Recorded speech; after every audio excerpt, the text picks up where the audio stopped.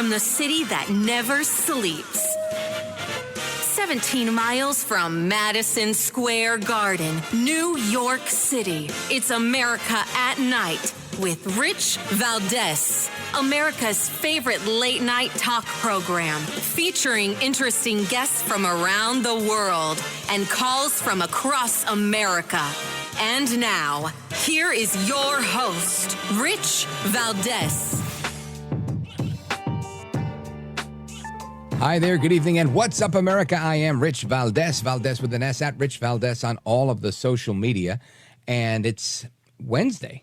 Can't believe it's Wednesday. It's so much going on still. Anyway, everybody's talking about Trump getting in as a possible nominee for House Speaker. We'll jump into that a little bit, and he had some comments on that today. We also have the wife of Senator Bob Menendez killed a man in the town right by where I live in 2018. And honestly, that's local news for me. And I remember hearing about it very briefly. I didn't know he was killed. I heard there was an accident. I don't make much of it, but apparently it's resurfaced, and the family's saying that they believe that it was kept quiet intentionally. So it's an older story, but it's some new revelation. We'll get into that a little bit later on.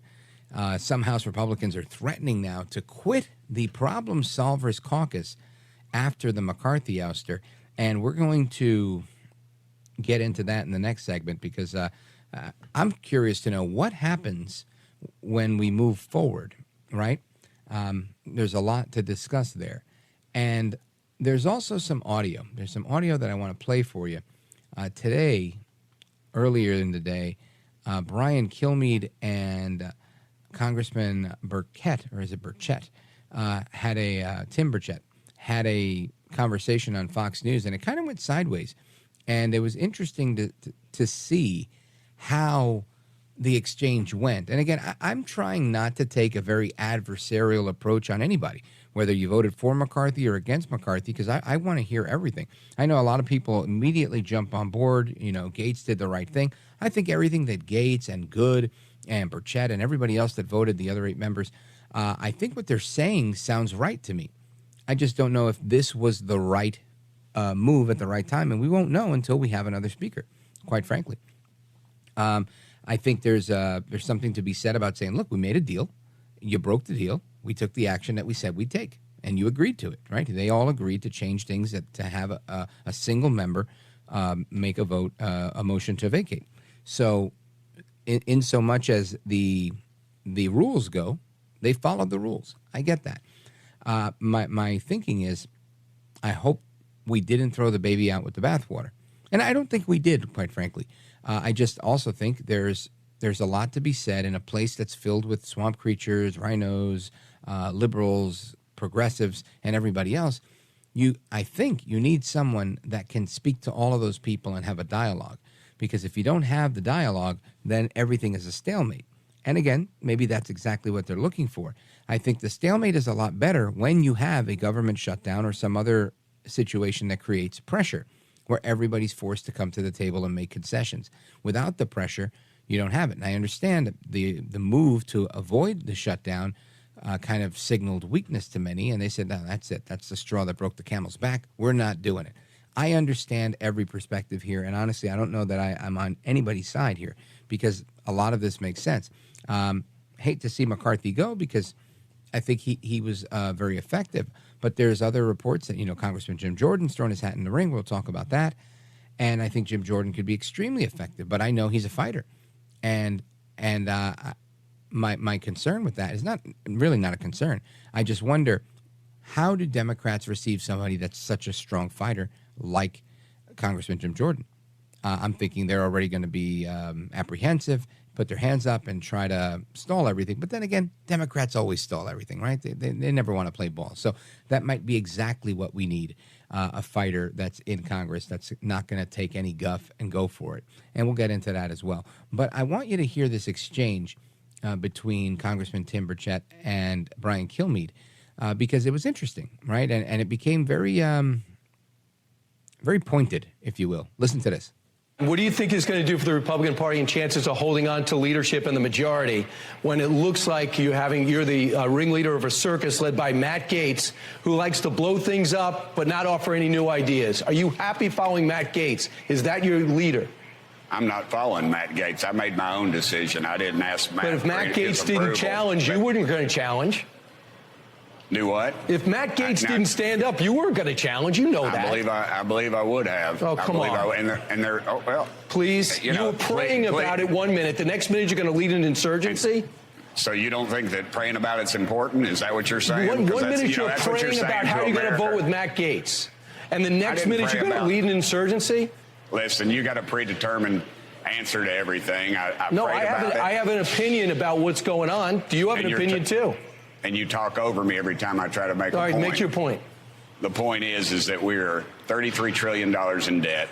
This speaker was woefully lacking in leadership skills. He always placed the blame somewhere else. America is going to be better off with new leadership, and that's the bottom line. And who is it? It possibly could be Steve Scalise. It could be Elise Stefanik. It could be Roger Williams out of Texas. It could be Mark Green out of Tennessee. So they all supported Kevin McCarthy, including the most conservative guy I know, Jim Jordan. Why are you smarter than Jim Jordan and the 210 plus Republicans? Why are you smarter? I represent my district, brother. And why are you smarter than me? You're condemning me because I stand up on my own, and that's I'm not condemning you. I'm questioning you. You don't like being questioned? The line of questioning is very negative, and you know that, and I know that. When this is all over with, and we have a new speaker and we're running smooth, let's have this conversation again. Well, there you go. Their line, they report, you decide. I hear some tough questions being asked. I heard some answers there. I think only time tells. I believe that we can do well. I think there's a number of very qualified people, and it's not the chaos that I think it's being painted as. But I think it's, I tend to look at these things as things that the Democrats can use later to try and hurt Republicans down the road. And I could totally see Biden saying, yeah, vote for Trump, vote for the Republicans, the guys that want to shut down your government, they got rid of their own speaker, did this and did that. And of course you could turn around and say, look, if the speaker wasn't doing what he had to do and he failed to do what he agreed to do, then they were obviously within their rights to have the vote, and they had the vote. And the majority of Republicans opted to support McCarthy. And a small handful, stood on whatever principle that they were standing on and decided to go for the vote. And Democrats obviously jumped in against McCarthy. So this is one of those things, again, are we going to fall apart? No, I don't think we fall apart. It's just like the government shutdown. You can't be afraid to take action. My hope is that we can bounce back quickly and that this doesn't become another McCarthy-type situation where we go into 15 rounds of voting because we can't get behind one person as speaker. That, I think, is again, it's our government in action, and it's the system working. But I think it can be viewed negatively from a political perspective, and that tends to be what I look at and what I talk about. So I'm honestly, I'm not angry at anybody. I'm not on anybody's side on this one. I want to see America do well, and I want to see the Republicans be strengthened and be able to move forward. And it's a wonderful exercise, I believe, in being able to see what's what, who's who, where do you stand, and allow the people to be more involved in the process. So if nothing else comes of it, that's good. I think that's a really good thing. And I want to get to our conversation with Congressman Ronny Jackson, who's going to be joining us, Congressman from Texas, who supported McCarthy, and I want to get his view of what played out yesterday and what he expects to happen in the days to come. So we're going to do that straight ahead, plus your calls. We'll be doing calls all night on these topics. So here's the number, 833-482-5337, 833-4-VALDEZ. This is America at Night with Rich Valdez. Call now, 833-4-VALDEZ. That's 833-482-5337, 833-4-VALDEZ. That's Valdez with an S.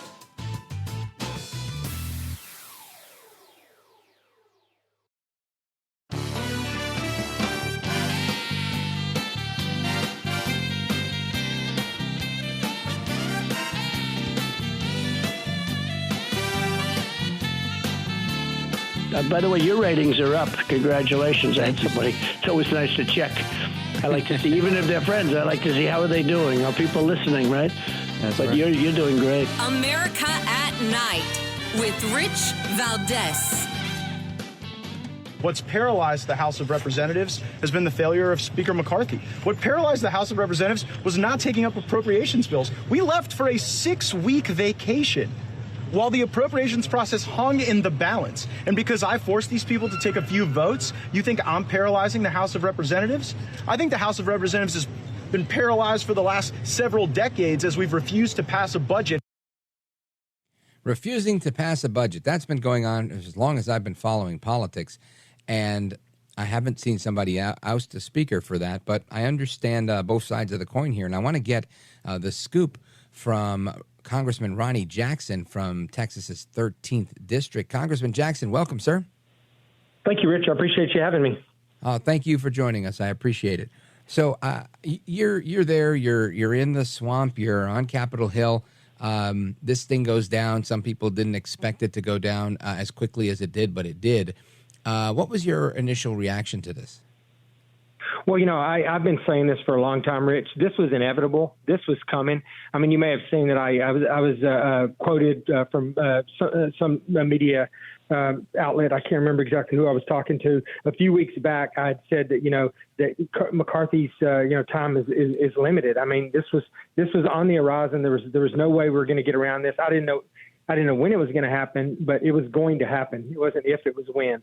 And so I wasn't real surprised by it. I don't know if the timing was the greatest. Now that we're in we're in a period right now working under a continuing resolution. Right. We just have a few more days to get some of these appropriations bills passed, or we're going to have to be voting on extending, another, doing another continuing resolution, which is an absolute nightmare. And that's what got us in this process, in this place to start with, is inability for leadership to get these appropriations bills on the floor and get them voted on. We have 12 appropriations bills, and whenever McCarthy came in, and McCarthy did some good stuff. We had some good conservative legislation that came out of the House. I will say, unfortunately, most of it goes over to the Senate and just dies over there. They won't vote on it or put it on the floor, and it goes nowhere. So they become messaging bills to some extent, like our H.R. 1, which are energy independence, and our border bill and all this other stuff. Good, solid conservative legislation that we got out of the House, and maybe the Senate will pick it up and do something with it. I don't know, but so far they haven't. But the reality is that what got us into this is whenever McCarthy came in as our speaker, there were certain requirements, certain things that were laid out there that that we had changes in our rules and stuff. And one of the big things was that he promised that we would not do that we would pass our appropriations bills and we wouldn't get ourselves in a situation where we're having to do continuing resolutions and then do a big omnibus at the end of the year, which is what happens every single year. That's the way the government works now. It's pathetic. I mean, it's not the way it's supposed to work. We're supposed to do these appropriations bills. They're supposed to go through committee. They're supposed to get debated, voted on, come to the floor, go over to the Senate, get voted, and then they're all supposed to pass before the end of the fiscal year, which obviously is September 30, not even the end of the calendar year. And so we should have had this done a long time ago. And it didn't get done, and he was, McCarthy was held accountable for it, and I don't necessarily think it's a bad thing. I mean, like I said, the timing maybe wasn't the greatest, in doing it during a CR because we're under crunch right now, but it was going to happen. Now, you did not vote to oust McCarthy, but 8 of your colleagues did, and I've heard from some of them, and I honestly, I understand what they're saying. That, like you just laid it out really well. They made a deal. There were rules, and they followed the rules and kept their end of the deal. And he didn't. I get that part, and I agree with you about the timing and whatnot. I guess some practical stuff. Does the new temporary speaker, Patrick McHenry, or whomever it ends up being, if there's another temporary speaker, if you don't vote in a new speaker soon enough, have the same power? I'm understanding it's limited. What are those limitations? He has no power to bring any bills to the floor or do anything else. His only power is to act as the speaker for things that are directly related to electing a new speaker. So he really has very limited authority. He can't do anything at all. So we're kind of dead in the water until we get a new speaker. So we need to make that happen as soon as possible. And, I mean, we're not. So I'm still in D.C. I didn't get out of here today because I met with the Texas delegation and missed my flight today. A meeting with them about the speaker issues. So I'm not going to be able to fly out back to Texas until tomorrow. But I mean, we don't have a lot of time to lose. I feel like we should just be here working this out right now. I don't feel like we should have even recessed but I think their thoughts were some people need to cool off, some tempers need to cool down, and people need to have an opportunity to step back and recalibrate a little bit, and we need to hear from people that want to run, obviously. So, but we need to do this quickly. The country's dependent on us to get this done, and the Republicans promised. A lot of us got voted into office because we promised that we weren't going to continue to do things the way they've always been done. Right. And that's the path we're headed down right now, and that's another reason. The McCarthy, to some extent. The reason I knew this was coming because it was a complete trust issue. I mean, he's lost the trust of a certain number of members, and he had made too many promises to too many people, and he couldn't keep these promises. And there was a cadre of people, these eight or so people, and there were probably more than that, that no matter what he did. But 8 of them stood their ground. No matter what he did, they were never, ever, ever going to vote for McCarthy. They weren't going to support him anymore. There's nothing he could do, nothing he could offer them, nothing he could give them that would make them basically keep him as speaker. He was on his way out. And so the way I look at it is like, whether it's just, it wasn't doable. We have a small majority. We're down to a 4-seat majority right now. And it's like, wow. It doesn't matter how it happened. He had to go because, when you lose that level of trust, it's like trying to hit a fastball with a broken bat. You're never going to do it. You just have to get a new bat. And that's the situation that we're in right now. We had to have a new speaker. This speaker lost the trust of enough people that it overcame the small majority that we have, and he was never going to get it back. So that's why I was saying it was inevitable. It was going to happen.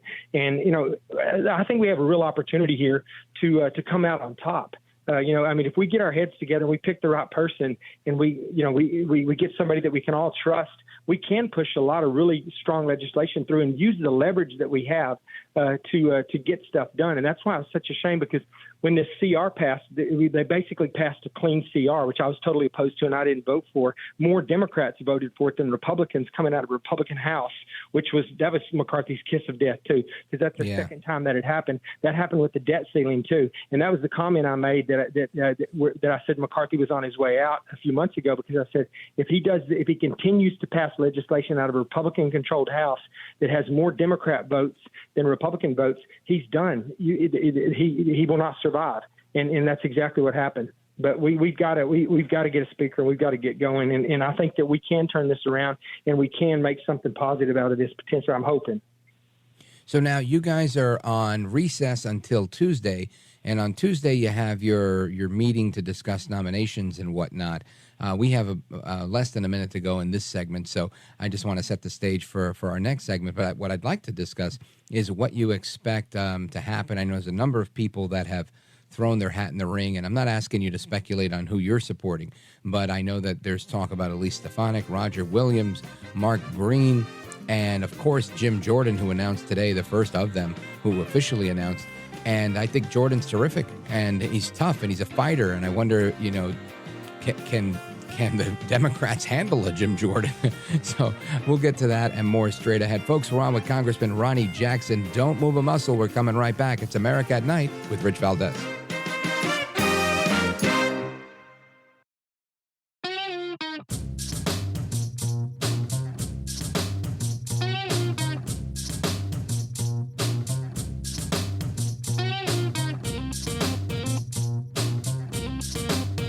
America at Night with Rich Valdez. So there are people on both sides that could do this. I think that their leader, I know he's having some health problems, but Steve Scalise is a great guy. I think that Cole would be a sort of the kind of tone that we would like to see. But I'm going to let them handle their business, and we're going to handle ours. And hopefully they'll do something that will make the American people pleased with our activities here in Washington. That's Democrat Congressman Clyburn. James Clyburn saying he would like to see Steve Scalise or Congressman Cole become the next speaker. We're on with former White House physician and Texas Congressman Ronny Jackson. Congressman Jackson, what are your thoughts in regards to what Clyburn is saying? I think if Clyburn wants those guys, I probably don't. What say you? Well, yeah, the issue is that Clyburn won't vote for any of them. He won't vote for any Republican, nor will any of the other Democrats. So they're going to be a no on every single person that we put up. It doesn't matter who it is from our conference. And, the difficult issue is here is that, to win this race, you have to get 218 votes, 218. Yeah. And we have 221 Republicans right now. We have a 3-seat majority right now. And rumor is that Kevin McCarthy is also is going to resign now, is going to leave. So that's going to narrow our majority even more. So you basically have to win the vote of almost every single Republican in the House of Representatives to do this, because the Democrats will not give one single vote. And like you said, you probably don't want their vote anyways. And once you get their vote, people are going to be wondering why they're voting for you. But, we got some good candidates right now. I mean, Jim Jordan, Steve Scalise, Kevin Hearn. I think they're the only 3 that are kind of officially in the race right now. There are other people, those names that are being batted around, but really those are the only 3 that I know of that have declared themselves as running for this. And I'll be honest with you, all 3 really strong conservatives, more conservative than McCarthy was for sure. So, I think any of the 3 of them would be a fantastic speaker. I have an unbelievable respect for Steve Scalise and all he's been through. And, but I could not be a bigger fan of Jim Jordan. Jim Jordan's been a personal role model for me ever since the day I got here. You won't find anybody who's more, conservative and principled. And I think we got some good choices. So if we can get one of these guys, we're gonna come out on top. But they have to get to, like I said, 221 votes, and there's still some hurt feelings within our conference right now, to be honest with you. And you're hearing things like,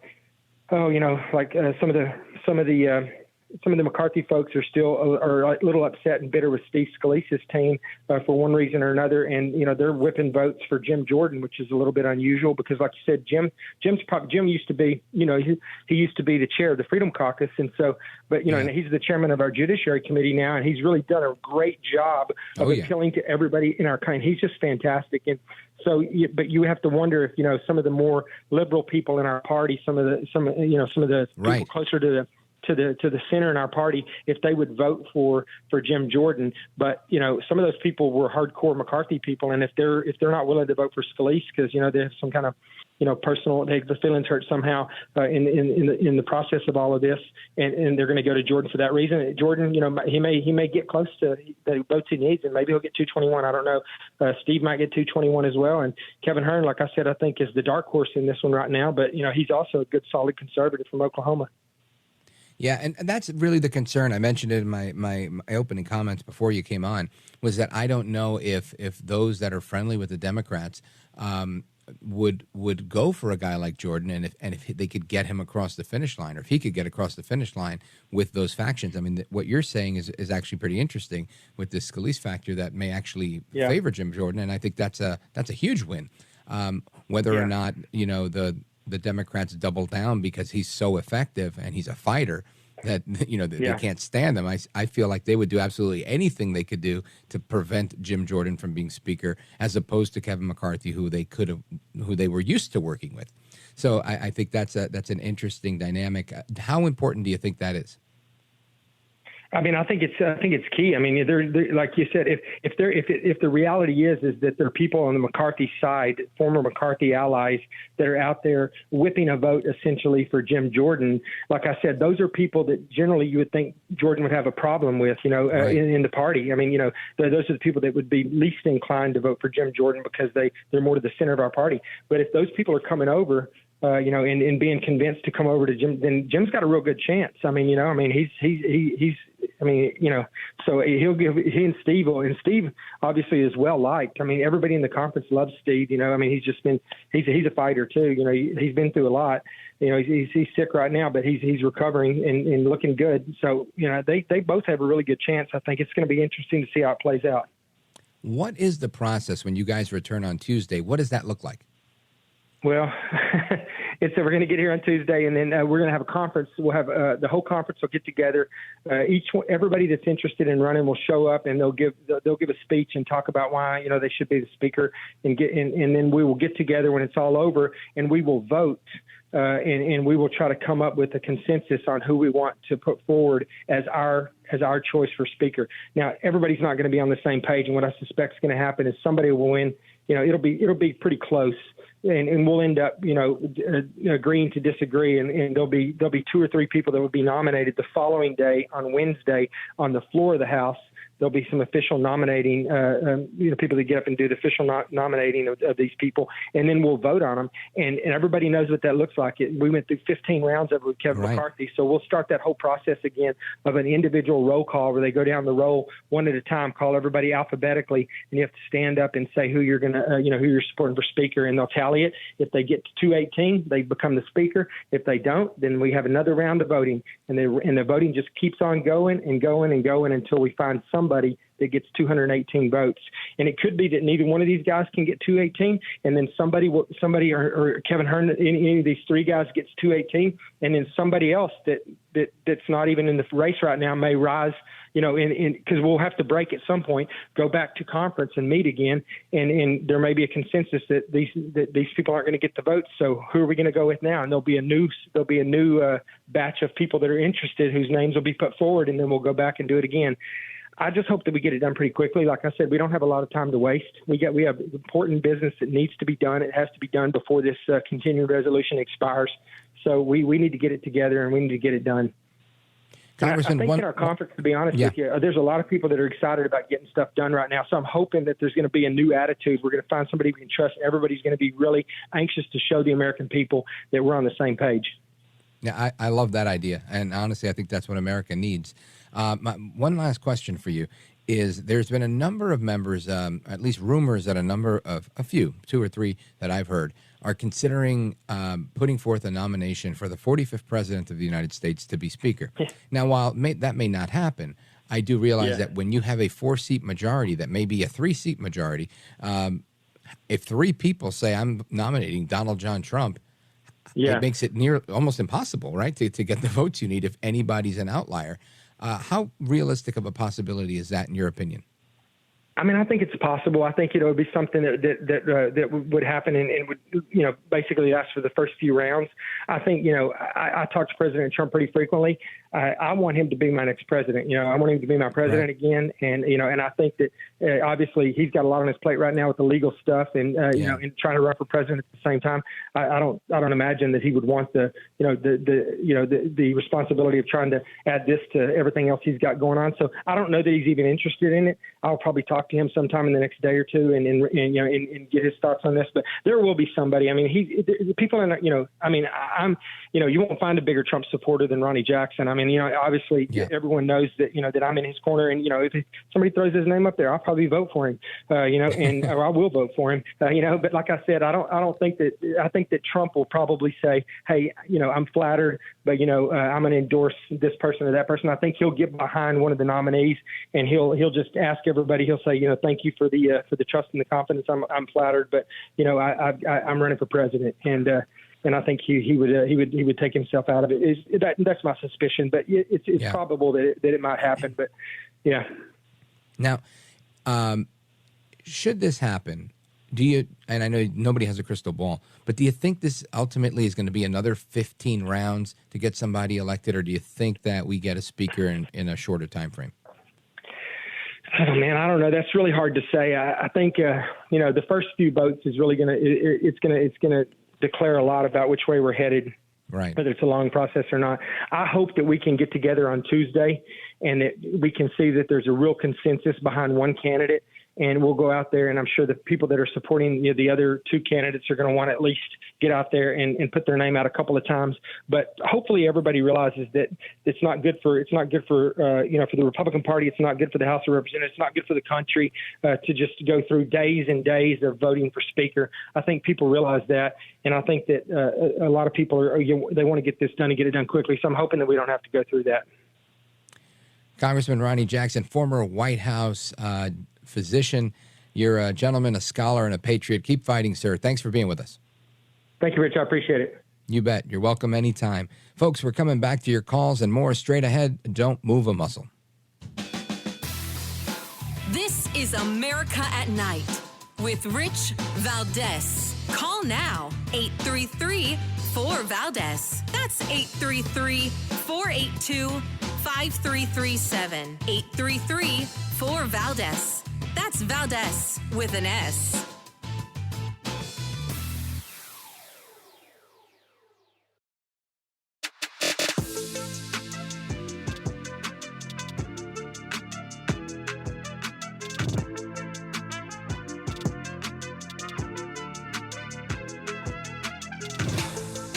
This is America.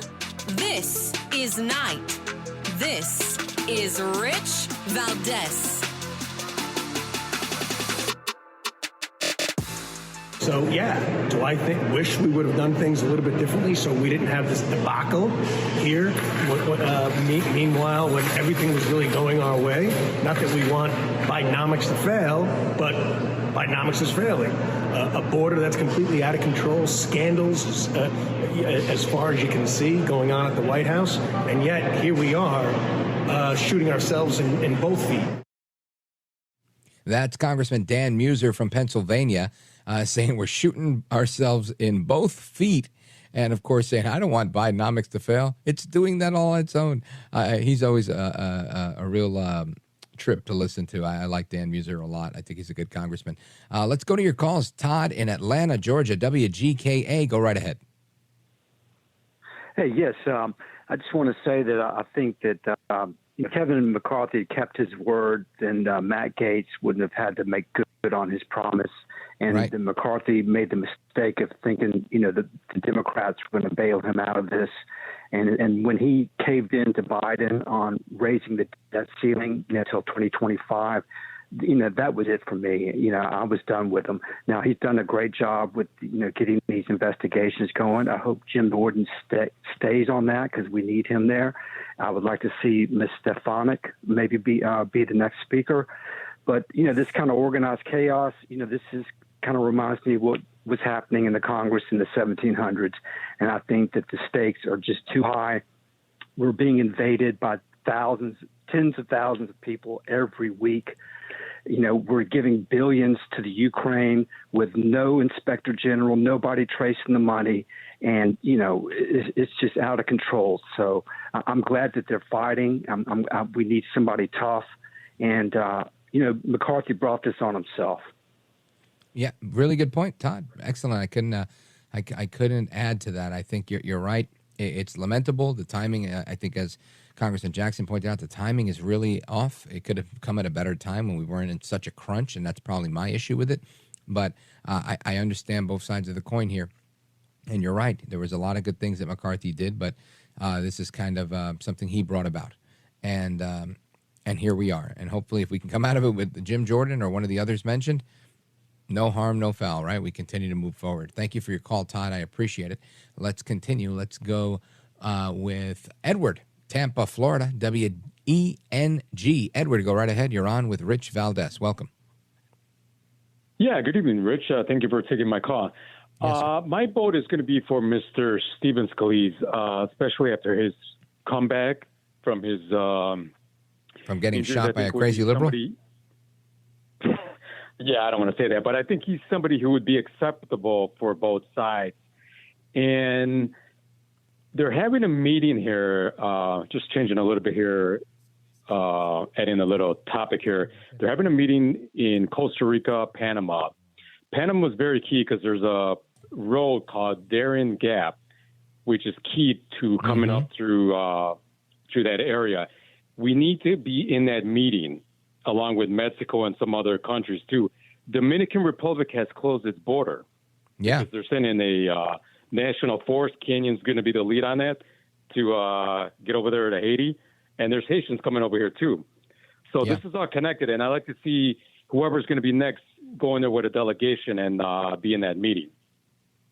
Great point, Edward. Thank you for your call. Tampa, Florida, WENG. Big shout out to you guys. And listen, I think we've got to close our borders too. We can't just leave it for other countries to say. And listen, the Dominican Republic is closing a border They're on an island that they share with Haiti called Hispaniola, and they're doing it, right? Because that's what you do. You have to defend a border when the border's been compromised. Lamentably, in the United States, we have all of our government power, in effect, allowing the border to remain porous, some say open, and this is why it's so problematic. Folks, we're coming right back to the rest of your calls. Straight ahead, 833-482-5337, 833-4-VALDEZ. This is America at Night with Rich Valdez. Call now, 833-4-VALDEZ. That's 833-482-5337, 833-4-VALDEZ. That's Valdez with an S.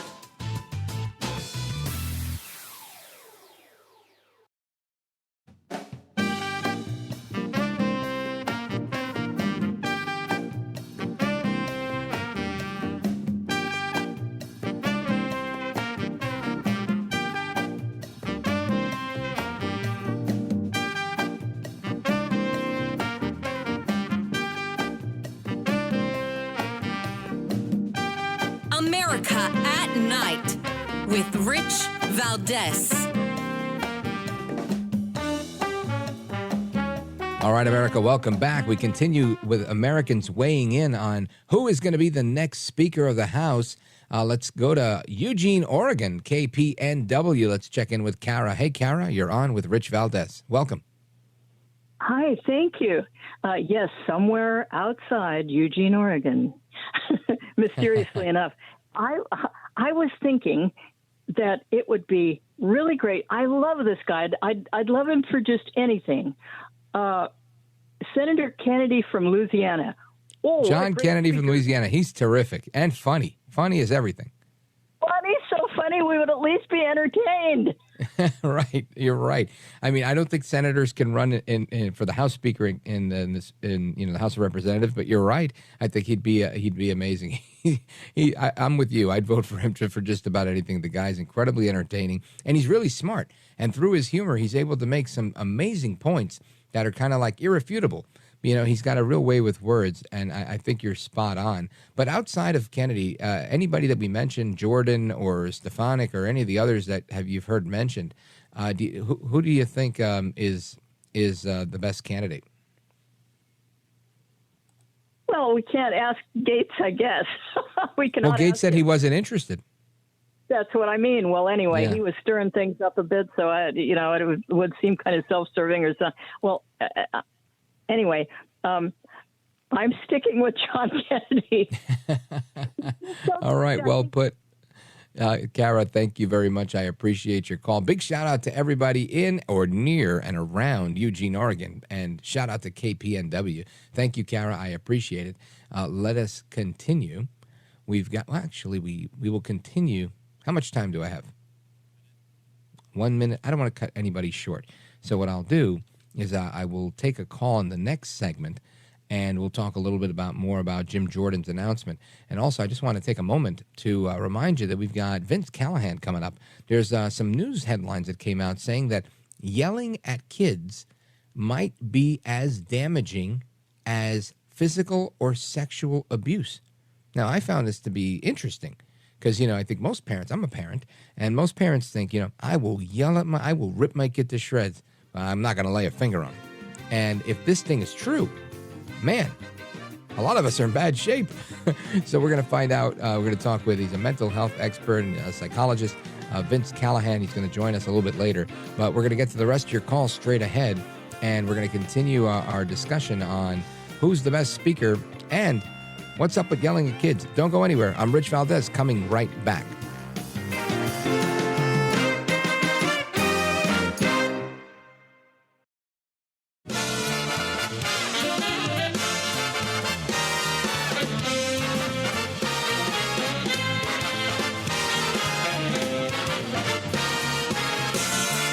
Live from the city that never sleeps.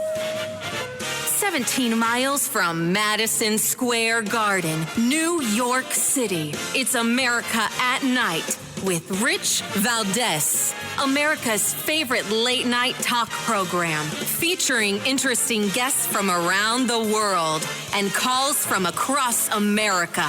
And now, here is your host, Rich Valdez. Hi there, good evening, and what's up, America? I am Rich Valdez, Valdez with an S, at Rich Valdez on all of the social media. Happy to be with you this Tuesday night. Nope, Wednesday night. I never know. Working at night, you lose track of things. Anyway, our phone number, if you want to join us, we're taking calls throughout the evening tonight, 833-482-5337. And in a little bit, we're going to talk about the effects of yelling on your children. There's a new report out that says yelling at your kids can have the same effects on them as physical or sexual abuse. And again, I'll repeat, I think if that is the case, man, we're in bad shape as parents. I don't think there's a parent out there who hasn't lost it and said, you know, some things they probably shouldn't have said. So we're going to find out about that in a little bit with Vince Callahan. But right now, I want to take you back. Obviously, we're talking about the speaker's race, and I'm going to get to your calls momentarily. But back in 2016, a guy named Donaldus Magnus, El Trompito, the 45th president of these United States, he said, we're going to build a wall, big, beautiful wall. Listen to this. We're going to build the wall. We have no choice. We have no choice.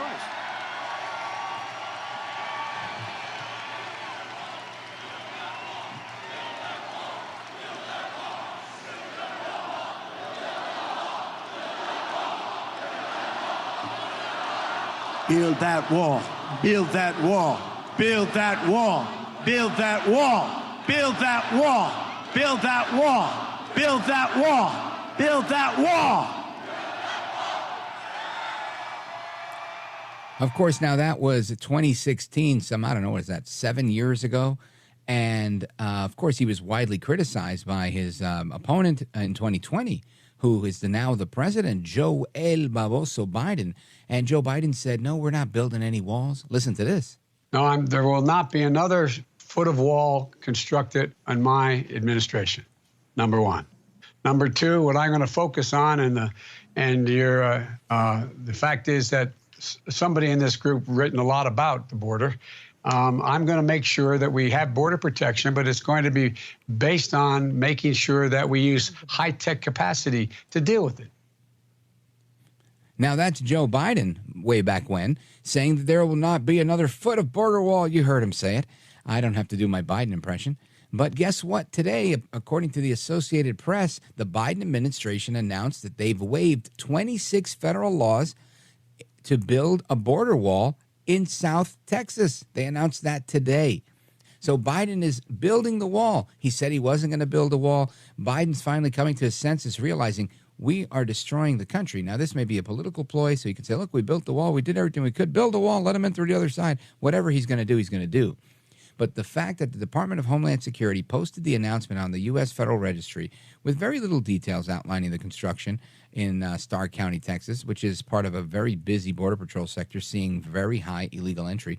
But according to the government's data, about 245,000 illegal entries have been recorded in this region alone during the current fiscal year. Just listen to that. The current fiscal year. Unbelievable. So there's a statement from Alejandro Mayorkas, the guy who just got busted down to making $1 a year. He says, there is presently an acute and immediate need to construct physical barriers and roads in the vicinity of the border of the United States in order to prevent unlawful entries into the United States in these areas. Alejandro Mayorkas, Secretary of the Department of Homeland Security. That's what he said. That's a quote from the Secretary of Homeland Security, Alejandro Mayorkas. So now, is this not shocking to you? I mean, I literally read this and I laughed. I said, unbelievable. I can't believe these guys are in charge of our country. But the fact that we've got Trump shouting from the rooftops and now Biden saying, we're never going to build another foot of border wall, and he's building a border wall, I've got to tell you, this is absolutely rich. It is absolutely rich. I want to hear what you guys have to say about this and about the speaker's race. Let's go to your calls. Let's see. Where are we going right now? Let's go to Pat, Sedona, Arizona. Very quickly, sir. Yeah, Rich, nice, good show tonight. I'm going to tell you something. as an American citizen and a voter, I'll tell you, it's a circus and it's embarrassing. But I'm going to tell you something. I'll tell you the guy I like. The guy that is the temp in the Patrick McHenry. Patrick McHenry. He got rid of the witch of the West. He got rid of Pelosi. He kicked her out. He's going to kick out more people. And I'm going to tell you what, that is what McCarthy goofed. He should, they say she had something on him. Who knows? I mean, our government has really forgotten who they work for, and that's us. And we're all suffering from their lack of the border and the economy. I was just at the grocery store today, and my heart broke when I see people making choices between food and medicine, especially the older folks who are on fixed income. That is not right. I fought for this country so this would not maybe happen to our country. I saw in other countries, but in this country, I really didn't want that to happen. But it's nobody does. You know how you're talking about that one thing about yelling at your kids is wrong? Well, maybe as American citizens to start yelling at our representatives. And maybe I think you're 100% right, Pat. We need to start yelling at them. We need to start writing them. We need to start challenging them. We need to run against them. We need to make sure they're held accountable. And to that, I'm thankful for what happened with, people being held accountable. And I think it stinks that we had to do it this way at this time. I'm hopeful that we have a positive outcome moving forward. And if we get a speaker like Jordan, then it was all for good reason. If we don't, then I don't know. What is my friend and mentor Mark Levin say, oy vey, right? So I don't know how it's going to end up, but you're right, Pat. I think you're 100% right. And kudos to Patrick McHenry, the temporary acting speaker, for kicking Nancy Pelosi out of the speaker's office, which she never relinquished back to Kevin McCarthy. She's been hanging out in the fancy digs all along, so excellent point. Thank you, Pat. Let's quickly go to Jim in Las Cruces, New Mexico. Go right ahead, quickly. I want Donald Trump to be the speaker, and I'm not even a Republican. Why is that? I just love Donald Trump. Yeah, I get it. Listen, I think Trump would be a good speaker. I'm a no-party preference voter. Yeah, I agree with you. I think Trump would do well in whatever capacity he goes into because he goes hard, he works hard, he's a smart guy, he understands the players, and I think that's what really makes him shine. And he's a fighter. He sometimes some people think he's too hard of a fighter, but either way, I think you're right. He would be successful. Jim in Las Cruces, New Mexico, thank you for tuning in on KOBE out in New Mexico. Big shout out to everybody listening tonight. Let's go to Brad, Champaign, Illinois, WSOY. Brad, go right ahead. Hi, Rich. You brought up Trump's name as being tossed around for the speakership. And yes, if the Republicans were bold enough to do that, I think it's checkmate on the Democrat Party, because from what I've learned constitutionally, a Speaker of the House cannot be arrested because they're not subject to the judiciary. They can't be dragged to court dates. And so I think the idea of putting Trump, like the last caller said, in the speakership, it would be a checkmate move. I mean, it would delay his trials till after the election. The Democrat Party wants to play games. I think we could play them too, right? Old enough to play games. I think it's an interesting point. I don't know that he's above prosecution, but I do know he would be protected in all of his speech because of the speech and debate clause that protects Congress and the Constitution. So it's an interesting point. They floated it last time, and he didn't say no, but he just laughed it off. If that were to happen, I mean, that would be the ultimate checkmate, as you guys mentioned. I think it's an interesting thing. I don't think it's going to happen, but you never know. Nothing surprises me anymore. Brad, thanks for calling in from Champaign, Illinois, WSOY. Big shout out to you guys. And folks, we're going to continue our conversation with Vince Callahan and discussing whether is it just as detrimental when you yell at your kids as if your kids were sexually abused or beaten. This is shocking to me. Stick around. You're going to find out more. I'm Rich Valdez.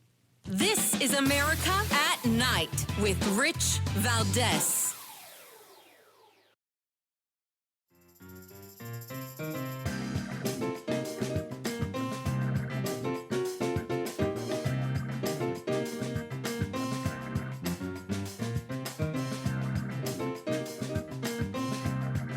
This is America. This is Night. This is Rich Valdez. All right, America, welcome back. So we've got this report out that says that adults shouting at children can be as harmful to a child's development as sexual or physical abuse. And that's according to a new study. This study was published in the Journal of Child Abuse and Neglect. It was reviewed by 166 earlier studies to produce a detailed analysis of the existing literature on this particular topic. The authors of the study, they called for childhood verbal abuse as its own category of maltreatment to facilitate prevention of said abuse. And I found this to be, I don't think yelling at kids is good. I've done it to my kids, and I've seen it's not good. And I've tried to adjust my approach to not do it. And I think, honestly, whether your kids are young or old, yelling really doesn't help. I think oftentimes it only helps the parent who's really frustrated. And many years ago, Dr. James Dobson had mentioned something. He said, look, I'm not against physical discipline, but if you're going to do it, you can't do it while you're mad. You don't get to hit your kid when you're mad, because the kid loses the idea that it's discipline, and they think it's just, you beating them up because you're mad. And that had a lasting impact on me. And it didn't always work. I'm definitely guilty as charged, but it gets you thinking. And now seeing something like this makes me think, man, I hope that this is not all it's cracked up to be, but if it is, it is. And we're going to find out about it with Dr. Vince Callahan. He's the founder of the Florida Institute for Neural Discovery. You could check them out at FIND, Florida Institute for Neural Discovery, FIND-FL.com, FIND-FL.com. And Dr. Vince Callahan, welcome back, sir. Thank you so much for having me. You bet.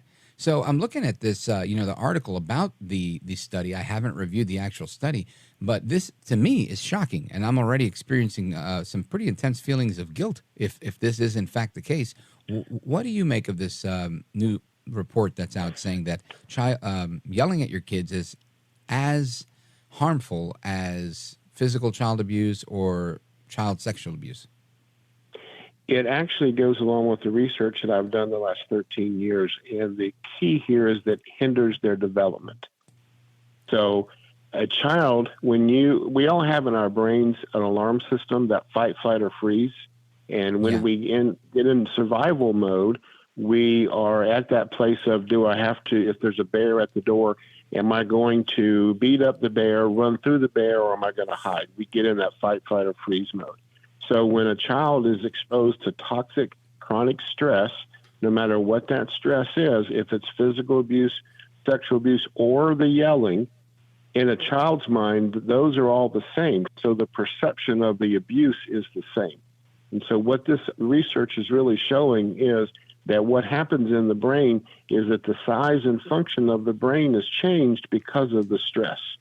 Now, we know that physical abuse can be more intense than yelling. That's logical. We understand that. But when you really look at what's going on inside the brain, that's what this is really saying, is that child is feeling the same thing and perceiving that bear, or you as that bear, that same thing. And it creates that problem in the brain. It creates, in the limbic system, we get into this whole toxic chronic stress where the cortisol dump is on 24/7 and it doesn't ever stop. And now you're in hyper alert. Now your frontal lobe is all getting wonky with the limbic system, and you can't do objectivity, executive planning, critical thinking skills, executive functioning skills. All of these things are inhibited because of the stress. This is fascinating and mind-blowing. So let me ask you a question. I have ADHD, which is, as you know, an issue with executive function. You just mentioned executive functions being as a result of this. Now, I was not really yelled at as a kid. I got away with everything. But I'm thinking, is this possibly a cause of ADHD, or is that strictly hereditary, or is there any correlation between the two? What are your thoughts? ADHD is a neurological issue. And sometimes children who are what I call stressed brain children are actually misdiagnosed with ADHD or ADD.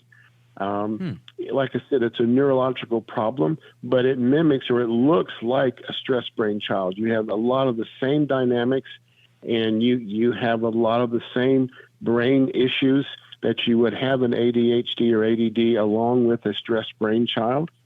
But the issue is that if you do certain things to restore that stressed brain child, those things will take effect.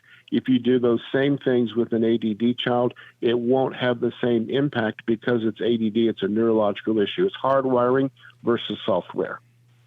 Got it. So a neurological issue is kind of saying I'm a head case because I have ADHD. Gotcha.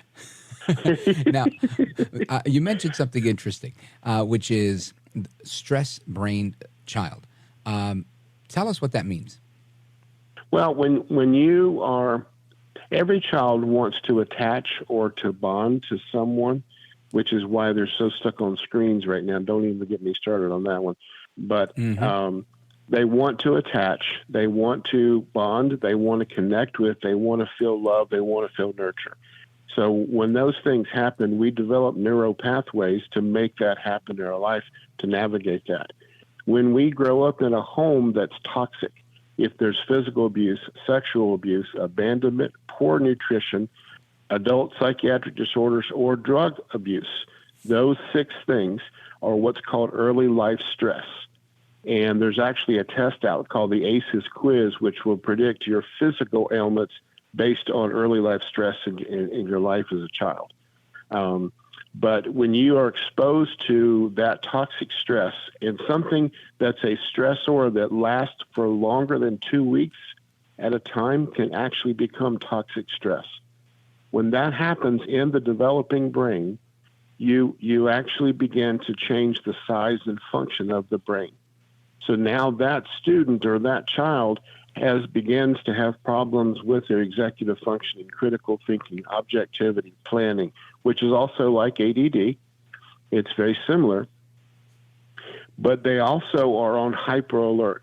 They're always dumping that stress hormone called cortisol. And when they're dumping that all the time, even breaking a pencil can be something that's a major traumatic event because they're on such hyper alert. The cortisol dump takes about 15 minutes to peak, but it takes about 3 hours to go away unless you do something to change it.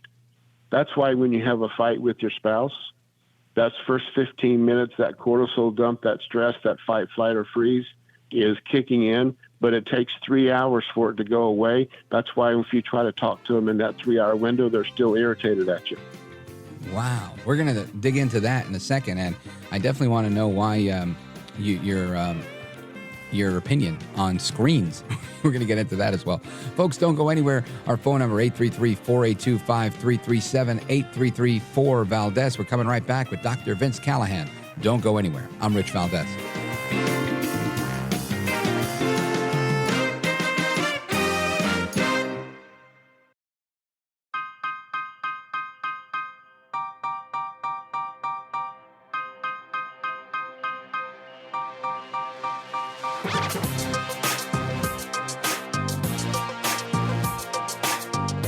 This is America at Night with Rich Valdez. All right, America, welcome back. We're on with Dr. Vince Callahan. He's the founder of the Florida Institute for Neural Discovery, and we're discussing the impact of yelling at your kids. And a new study is reiterating research Dr. Callahan's done for 13 years that indicates that, yes, absolutely, if you yell at your kids, it's just as bad on the brain as sexual abuse and or physical abuse. And I think this is, again, something nobody ever told me. There should be a parenting course when they give you your kid at the hospital and say, hey, by the way, here's this, and this. Anyway, let's go to the calls real quick. Sue in Schwenksville, Pennsylvania, WXDE. She's calling in with a question for Dr. Callahan. Sue, you're on with Dr. Vince Callahan and Rich Valdez. Go right ahead. Hi, Dr. Callahan. It's a very interesting topic. Like Rich, I, too, am ADHD, or what I would call not neurotypical. But what I was thinking is, in addition to parents yelling, in my personal experience, parental indifference, I think, is just as damaging. It can, result in low self-esteem, low achieving. And, early studies of autism by Bruno Bettelheim, he was looking at parental indifference as a cause. Of course, different now. But in my personal experience, having a parent who never says anything positive about your achievements or a good job or recognizing anything or, constantly like putting you down, it's not yelling, but it's very damaging. Yes, So I would agree 100% with you. It's the other side of that spectrum. I grew up in the home where dad was emotionally distant and didn't say a lot of attaboys and way to go or I love you and those kind of things. And I know the impact that it had on me growing up. So you're absolutely right, 100%, that the other side of that pendulum, if you will, is the indifferent parent. And again, we're back to the perception of the child, that bear at the door, whatever that bear looks like. If it's indifference, if it's anger, that perception of do I run, do I fight, or do I hide? That perception is what gets the brain in its wonkiness, so to speak. I'll use a clinical term there, but you're absolutely right, and it damages a child just as much. Thank you, Sue. I appreciate that, bringing that up. Now, Dr. Callahan, I just want to circle back to something you said because it was very interesting to me. When you were talking about the stress-brained child and the cortisol dump that takes 15 minutes to peak and 3 hours to kind of dissipate, when you have these situations, is there any other way to turn off cortisol that's kind of always flowing on high? I'm so glad you asked that question. Yes, that's the secret sauce here. Because if you understand, let me go back to Brain 101 for about 10 seconds. Sure. Sensory information, your five senses always gather information to feed the brain so the brain can do a response to that information. Okay? So whatever sensory input's coming in, now we're back to that perception piece of the bear, but whatever that sensory information comes in creates that cortisol or another hormone in the brain. So actually what you can do, because the stress hormone is a bully, it doesn't live at the same time in the brain that, let's say, oxytocin does, which is the bonding hormone, or dopamine, which is the feel-good hormone. Cortisol doesn't live with those two. It doesn't like those two. So in order to bring somebody out of constant stress or that toxic stress, if you do something, I know this is going to sound so simple, but it works. If you bring them into wow, you've done a great job, and it's an affirming conversation, or you bond or connect with him, you instantly stop the cortisol dump. This is what I try and teach teachers. So let's pretend that Johnny, he got up late and he didn't comb his hair and he didn't brush his teeth and he didn't want breakfast and he's grouchy. And now there's this big argument at the home and mom or dad's trying to get it ready for school and all this kind of stuff. And now we drop Johnny off at the curb. His teacher's waiting for him. He's coming loaded for bear, so to speak, because he's got that cortisol dump because of the stress that just happened. If the teacher understands, if I can recognize Johnny's stressed brain, if I know what's going on and I can see the warning signs, as a teacher, I can do something that's either make him feel good or affirm him or connect and bond with him. And if I do that, I'm going to bring that cortisol dump down to zero in a split second. And I just changed Johnny's entire day. And what's a strategy for that? Just trying to calm them? Like, how would they approach that? Positive affirmation. I say speak something positive until they smile. I did this in a workshop one time where I asked the teachers, let me try an experiment here, and let me just start talking to a teacher, and I want to affirm you for being in my class and being in this workshop. And I did it until she smiled. It took 15 seconds. Wow. And I said, how do you feel right now? And she says, I feel really good. You made me smile. And I taught them the lesson of how to do that with a child. If you understand the warning signs, if you know what you're looking for, which is something that I train teachers on, if you know that, you can do something to change that cortisol dump and change the entire day of that student based on that positive affirmation or that bonding moment that changes the neurotransmitter in the brain. It is so simple, but it is life-changing. Wow. Now, is this approach something that would work with adults as well that are going through the same thing? Let's say you're fighting with your wife, your girlfriend, your spouse, your husband, whatever it may be, or an angry caller on my radio show. Yes, absolutely. Absolutely. If my wife and I have an intense discussion, my job is to try to bond with her or to try and make her feel good by giving her affirmations, because I want to change the neurotransmitter in her brain from cortisol dump to non-stress. And I have learned as a husband how to do that to where we actually live a drama-free home. We don't fight and argue. It's probably been 5 or 7 years since we had an argument in our home. Because I've learned this. We're on with Dr. Vince Callahan. He's the founder of the Florida Institute for Neural Discovery. Check out their website, find-fl.com, find-fl.com. So these strategies that you're talking about really kind of work across the board for when there's a major cortisol dump. Now, when you talked about it impacts the size of the brain, if a child goes through this, and again, maybe a child's coming from a home where there's neglect, or you adopt a child that comes from a background of neglect and or abuse, does this mean that they're permanently stunted in their brain development because of this, or is there a way around that? No, it does not mean that whatsoever. The brain operates on a use it or lose it principle.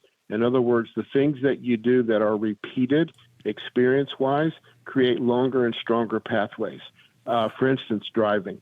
If you remember the first time you drove, you had your hands at 10 and 2, you didn't want the radio on, you didn't want anybody drinking coffee, you didn't want to have a conversation. Right. You're not doing makeup, you're not doing anything because you're focused on driving.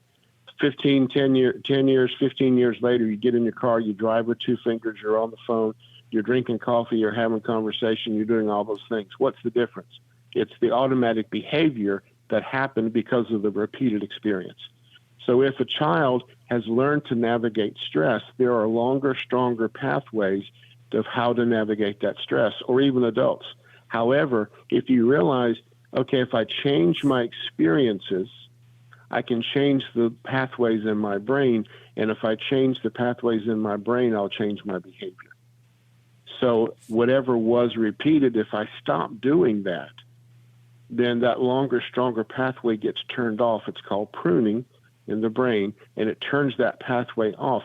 So a child who's come from that environment, I have someone that I've been working with that is in their mid-50s, came from a very dysfunctional home, got into trouble with the law at age 12. We're talking physical abuse. We're talking neglect. We're talking all the bad things that could have happened. Right. And I began working with him a year ago, saying, okay, if we can turn these experiences off and we can start new pathways, you can change your behavior. I got a call last week from him. I'm in the best place in my life I've ever been in because I don't do what I used to do anymore because what you taught me worked. And it works for any age. Now, in the same way, would an approach like this work for those that, I'm guessing people that have these, you mentioned earlier about when a child is trying to attach. And I know not a lot, but I know a little bit about attachment where there's these anxious attachment, avoidant attachment, and these can lead to other problems with emotional permanence and things like that. Does this type of approach address issues like that as well, where you can resolve those types of things? Absolutely, 100%. Because, again, you're changing the experiences that have already been there, those longer, stronger pathways. You're creating new pathways by doing new behavior. Now, that may be where therapy comes in a little bit, or at least a really good workshop. And I know a guy that does good workshops, just kidding. But find-fl.com. There you go. And ask me your questions, and I'll answer them directly. If you do the contact thing, I'll personally answer your questions on my website. But yes, it works for attachment, and it works. It cures it. It absolutely will cure it. Folks, we're on with Dr. Vince Callahan. He's the founder of the Florida Institute for Neural Discovery. Their website, find-fl.com. And we're going to continue with Dr. Callahan for another segment. So if you want to get your calls in, now's a good time. 833-482-5337, 833-4-VALDEZ. This is America at Night with Rich Valdez. Call now, 833-4-VALDEZ. That's 833-482-5337. 833-4-VALDEZ. That's Valdez with an S.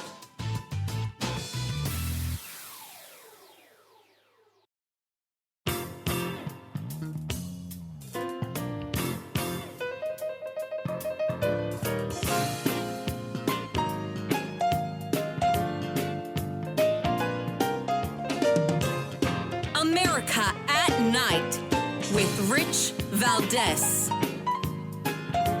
All right, America, welcome back. And I'm looking at an article in Christianity Today. And the headline is, "Blessed are the rich, for they can afford to limit their kids' screen time. Too much tech is bad for children, but are we only discipling families entrusted with much?" I don't see the correlation. I'll get into this a little later, but I do want to pick Dr. Vince Callahan's brain. He's the founder of the Florida Institute for Neural Discovery. Check out their website, by the way, find-fl.com. Dr. Vince Callahan, earlier we talked about screens, and it's a hot-button issue. And this was one early on for me. There weren't screens when my kids were that young, that many screens. And I remember feeling guilty inside of myself, thinking, every time my kid acts up or becomes impatient or whatever it was when they were younger, they're 18 and 22 now. I felt like if I had a screen, or my cell phone or whatever it was, I felt guilty doing that because I felt like I was cheating. It's like putting your kid in front of a TV. Good luck, kid. Take care. And that was just my opinion, but I felt like it was kind of my job to entertain my kid or discipline my kid and say, hey, listen, there's times where you can screw around. This isn't one of them. You're going to have to sit there and behave. And I don't know if I took the right approach or the wrong approach, but I'm wondering, what's your take on screens? You took the right approach, by the way. My take is this: the research that I've done, and even recently, because I've been doing some articles and things on screen time, the same parts of the brain that are used when a drug addict uses a substance are the same parts of the brain that are used when a child is on the screen. So this is like when I eat a donut. Mm-hmm. Same thing, dopamine. Dopamine push. You become addicted to that deficit that happens, and you want to seek more.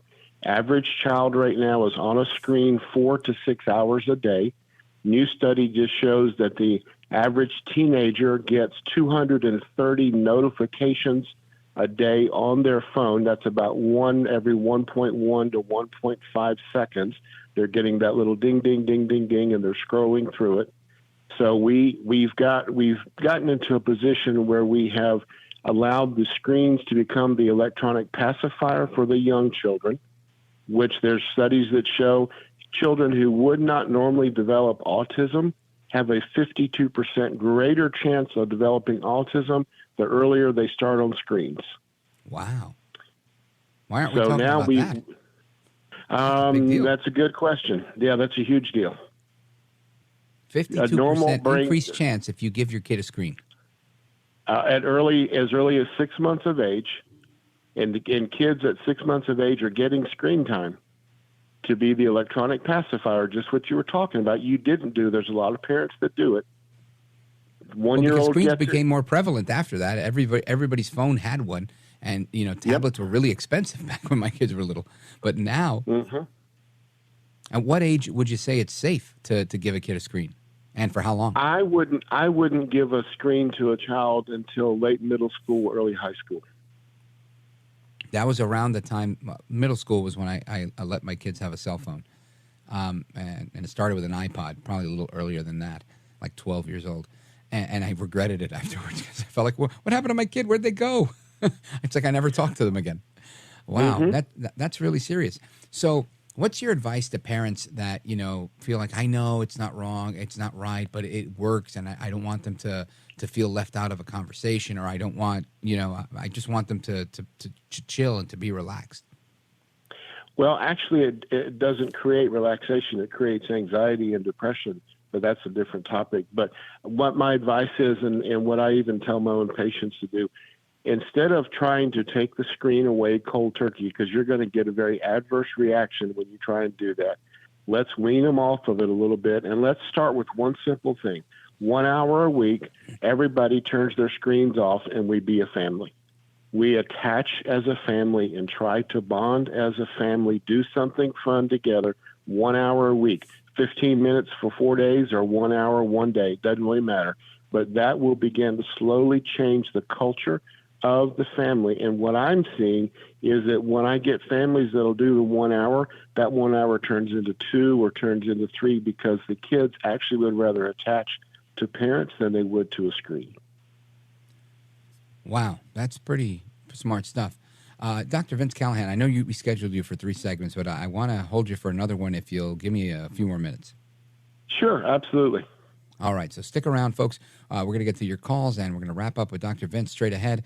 833-482-5337, 833-4-VALDEZ. This is America at Night with Rich Valdez. Call now, 833-4-VALDEZ. That's 833-482-5337, 833-4-VALDEZ. That's Valdez with an S.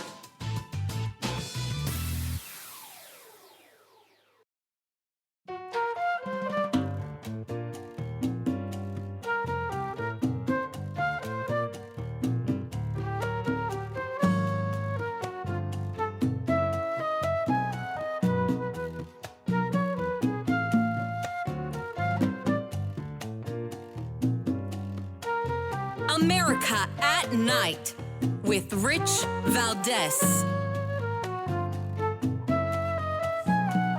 All right, America, welcome back. Our guest, Dr. Vince Callahan, founder of the Florida Institute for Neural Discovery. Now, Doc, if people aren't in Florida, but they're thinking, man, this guy's terrific, I want to attend one of your workshops or buy one of your resources or participate in some of the stuff you're doing, how do they go about that? They can reach us at find-fl.com or simply drvincecallahan.com. They can also find me on YouTube at hashtag Dr. Vince Callahan. I've got lots of interviews and YouTube things up there. On Facebook, I'm on LinkedIn, I'm on Instagram. And they can, if they reach up on the top part of the website where it says contact, if they'll put in their information and ask me any of their questions, I personally answer those questions. So that comes directly to my email box. And I've got a new book coming out November the 4th called The Neural Classroom, Restoring the Stressed Brain, and that'll be on our website as well. So there's ways to get me, and they can get me to their venues. I do a lot of speaking and those kind of things and workshops for educators. Well, Dr. Vince Callahan, if you're interested in discussing your new book when it comes out in November, happy to have you on the program to discuss that and to hopefully expound a little bit on this link between screens and autism. Until then, I thank you for being with us. You're a gentleman, a scholar, and a patriot, and I appreciate you. Thank you so much. You bet. Folks, that's Dr. Vince Callahan, and we're going to get to your calls and more straight ahead. It's Open Phone America. We're talking about the drama with the speaker, drama with your children, parenting, and everything else that we covered tonight. Don't go anywhere. I'm Rich Valdez.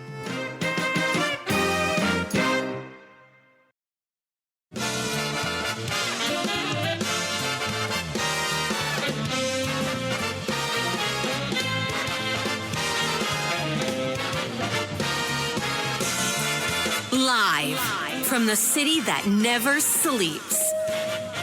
17 miles from Madison Square Garden, New York City. It's America at Night with Rich Valdez, America's favorite late-night talk program, featuring interesting guests from around the world and calls from across America.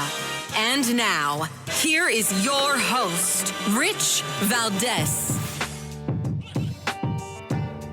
Hi there, good evening, and what's up, America? I am Rich Valdez, Valdez with an S, at Rich Valdez on all of the social media. Wednesday night edition of the program. Welcome. If you want to join us in our late night national town hall conversation, give us a call, 833-482-5337 or 833-4-VALDEZ. And we talked about a number of things tonight so far. This is, again, the third hour of the program. We had a tremendous discussion with Dr. Vince Callahan on a number of topics in psychology, mainly child psychology, but how it kind of relates with adult psychology as well. Really, really fascinating things about yelling at your kids and the effects that yelling at your kids has as a parent, and it has the same effect as physical or sexual abuse, and that was mind-blowing for me.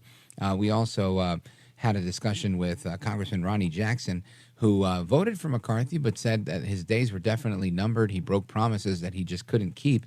And this seems to be a consensus that's agreed both on the right and left of the political spectrum in our country. Former Congressman Joe Scarborough, you know him as the host of The Morning Joke on MSNBC, he says that McCarthy made promises. Listen to this. It is a strange thing that Kevin McCarthy made so many promises that members of both parties say he didn't keep. You can't survive that. You just can't survive it. Politics aside, you got to keep your word on the Hill, because it's a very small boat everybody's rowing in. I got to say, I don't always agree with Joe Scarborough, but this one, I agree with him. I think McCarthy put himself in a bad spot. You know, when he was running for Speaker and he went through 15 rounds of votes, for sure, he had the, I'll call it the nuclear option of trying to work with Democrats to get him over the edge if Republicans weren't going to do it. However, he would have been indebted to Democrats. So it was a difficult place for him to be. And he cut the deals he cut, and he didn't keep his end of the bargain. That part of it is cut and dry, open and shut. The part of it that's not so open and shut is, are we going to have somebody from the Republican Party that can get every single Republican to vote for them? Because McCarthy may resign soon, and we just, or after the end of his term, it's still kind of unclear. And we don't know if every person is going to get behind someone like Jim Jordan. And listen, I would love that to happen. I think I wanted Jim Jordan last time around, and he'd been on the show, and I asked him one time, I think off the air, and he said, no, I think I did ask him on the air, and he said, I'm supporting Kevin McCarthy. So this is one of those things where I'd love to see a Speaker Jordan, and I think we might. I feel good about it. But it seems like it could be contentious because he's a very effective guy. So I don't know if that's going to happen or not, but I want your calls and thoughts and opinions on that as well. And everything else that we're talking about. Of course, then we talked about Trump. Trump was lambasted for saying, we got to build a wall, we got to build a wall. And, of course, Joe Biden was famous for saying, we're not going to build another foot of border wall. And there's a report out today from the Associated Press that says the Biden administration is building 200 feet of border wall. Go figure, right? 20 miles, 200 feet, forgive me. 20 miles of border wall. I got to say, kudos to Joe Biden for building the border wall. But I couldn't help but laugh because this was the guy who wasn't going to build a single foot of border wall. And clearly it needs to happen. So we're going to get to all of your comments, thoughts, and opinions. Let's go. Let's go right here. Let's see. We've got calls from New York, Wilmington, Delaware, St. Cloud, Minnesota, Orlando, Florida, Reading, Pennsylvania. Let's go with Doc. He's the first one on the list. Doc is in Wilmington, Delaware. He's listening on WDEL. Doc, welcome to the program. You're on with Rich Valdez. Rich, thanks again for a wonderful show, buddy. You're hitting it out of the park as always. Want to tell you, keep you up to speed on, number one, I agree that the Representative Jordan should be Speaker, but hear me out. I don't want us to go too far on the issues to the right. We may alienate the middle of the road voters in the suburbs and the major cities that we need to put us over the top. The President Trump won in 2016. In Delaware, I want to let you know what's happening. We stand a good chance in Delaware of overturning the entire Democratic apple cart over one issue, electric cars. Our governor and our state legislature, all demon rats, that's what I call them now, have mandated that by 2035, Delawareans must buy electric cars and replace their gas cars with electric cars. As I listen to talk radio locally here in Delaware over our local station on DEL, everybody, Democrats, independents in northern Delaware, north to south, is up in arms over electric cars. They're saying, I cannot afford a Tesla. This is absurd. It's ridiculous. If we can hammer home these issues nationwide, we stand a heck of a good chance of 24. Your thoughts, sir? Look, I think those are all valid points. There are some places that are definitely kind of single issues, kind of like what you're talking about with Detroit and things like that, and the electric cars, all of that stuff makes sense to me. The issue for me is bigger than if Jordan gets there. I think Jordan can nail it. I think that the issue is, can Jordan get there? And something Congressman Ronny Jackson said was that a lot of people who were McCarthyites, McCarthy isn't Kevin McCarthy, were thinking of supporting Jordan because they're at odds with Steve Scalise right now. And that does one thing. It makes what could potentially be a perfect storm to get Jordan elected. And that would be a fantasy football scenario, right? It would be if we could pick and choose, it would be great. I mean, that's who I wanted originally. And he said no, he was supporting McCarthy. So I think this is fantastic if it happens that way. The big question is, with such a slim majority, Congressman Jackson pointed out, 221 members right now, and you have no room. And if there's a few people that are adamant, like, I don't like any of these guys, I'm going to nominate Trump, there goes those few that you needed to be over the top, and it makes it almost impossible to win. So I think whoever the person is has to have that unanimous support from Republicans, or they just won't get across the finish line. I have a feeling that because people always deal with things better when there's pressure. If there's pressure on all sides, then I think, Democrats are willing to say, look, we'll deal with Jordan, but here's what we want in return. And, or whatever it is. Again, if you can win it purely on Republicans, then that's the win. That's the ideal win. And I think we can get there. We got there for McCarthy. We could probably get there for Jordan. Hopefully it'll take, a lot less than 15 rounds of voting so that we can continue doing the people's business because there's this continuing resolution that we have to deal with, and it expires in, 40-something days. So that's a big deal. But I'm with you on that one. I think Jim Jordan is solid. He's been on the program a couple of times. He's always delivered. He's head of the Judiciary Committee, obviously. He always delivers. He's got his finger on the pulse, and he's a heck of a good guy. So I'm thrilled to hear that he's the first one to throw his hat in the ring, and I'm hopeful that he succeeds. But I'm happy to talk to everybody that's throwing their hat in the ring if they want to, come on the program and discuss it. I'm happy to have that discussion as well, because I think it's an interesting one. And one of the takeaways that I think we get from this is when people normally don't care, right? Nobody's ever paid attention to a speaker election until Matt Gaetz started this feud with McCarthy. And that Gaetz-McCarthy feud brought a lot of eyeballs to people, people's eyeballs to the equation. And I think that is really important because Reagan said it best: we have to be informed patriots. If we're not informed patriots, then we're at a loss. So that's my thought on that one, Doc. I appreciate the call. Kudos to you, and thanks for the compliments. Always a pleasure to speak with you. Always great insight. Doc in Wilmington, Delaware on WXDE. Let us continue. Let's go to, Katie. Let's go to Katie. She's in Reading, Pennsylvania, WEEU. Katie, you're on with Rich Valdez. Welcome. Hi, Rich. I need to ask your opinion as a dad and as a man and as a good person. Thank you. And the reason, I just caught the last end with the doctor and stuff. But long story short, when I was little, like 5 years old, every day I would wake up, my parents would, get me ready, and every day I would be transferred to an aunt, an uncle, a grandparent. Never knew who was my parents or my family for the day. They would eventually come and pick me up, sometimes late. And then when I went to school, like first grade, sometimes I would be left at school till like 8 o'clock at night when they remembered that they forgot me. So the other day I was listening to a friend talk. Okay. I was listening to her talk, and she was like, oh, yeah, you got to watch what you say and do in front of the kids and blah, blah, blah. And all of a sudden my brain thought to myself, yeah, well, what you do in front of the kids, what about all the stuff that you do that you think is absolutely correct and okay to do? Like what I just described, how I grew up. Well, as an adult now, I understand that they both worked and needed money. But as a 5-year-old, I didn't. All I knew was that I was being transferred again to somebody else where, I had no friends, I had nobody to play with, et cetera, et cetera.